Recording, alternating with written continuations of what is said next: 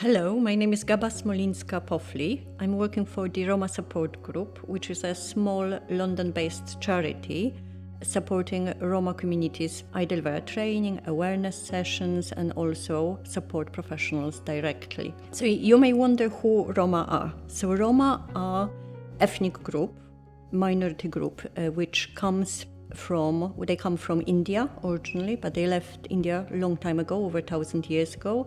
They traveled through Asia, Africa, and eventually got to Europe. And now we have Roma all across Europe. So in your work, you might come across Roma coming from countries such as Romania, Poland, Slovakia, Czech Republic, or other East European countries. But they are distinct ethnic groups, so they have their own language. As a first language, most Roma will speak Romanes, and then as a second language of the country they come from. But many people mistake them for Romanians or for Slovaks or something like that. They are not Slovaks or Romanians, they are separate ethnic group. It's important for midwives to sort of understand that the person you're supporting may be of Roma background, because Roma have different experiences to other East European communities.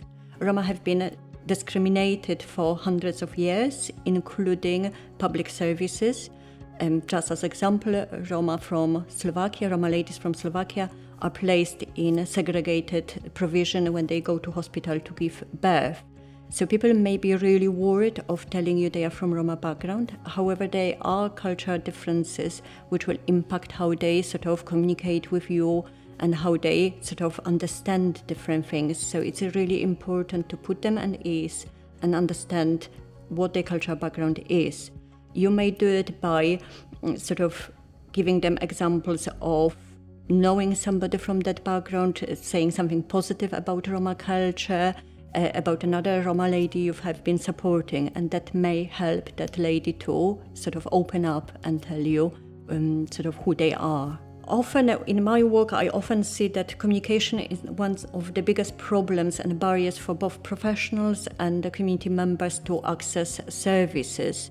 Many Roma, especially more disadvantaged Roma or who came to the UK more recently, might struggle with English, so you may need to communicate through interpreters. However, many Roma will be reluctant to say they are of Roma background. They may say they are Romanian or Slovak or Czech. So when it comes to communication with Roma, it's very important to understand what is the first language of the sort of individuals or families you are supporting. Many Roma speak as a first language Romanes, one of the many dialects, and may speak the second language, the language of the country they come from, but it might be really limited.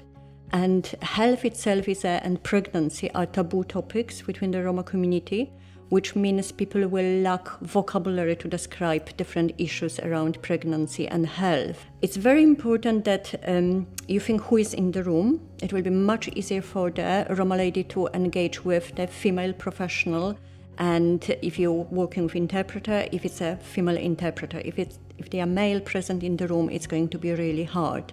Talking about the sort of body and bodily functions, it's going to be very difficult for many, especially more traditional Roma community members, because the sort of health, body parts, nakedness, sort of talking about breasts or anything from waist down is a taboo topic. So people will feel really embarrassed and might really struggle to engage with it. Many Roma ladies will want their relatives, so mom or auntie or somebody from the family present in the room.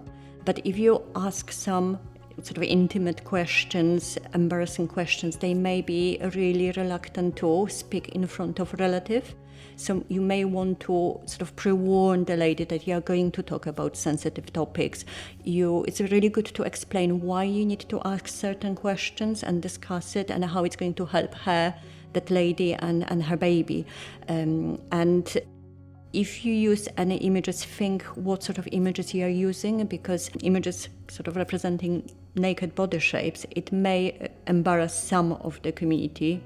So if you are going to support today Roma lady, think about how this lady feels. So she is in a sort of foreign country with the health system that works very differently to what she knows from the country of origin. She perhaps had a very negative experiences of accessing health services in country of origin, and many professionals were very negative towards her.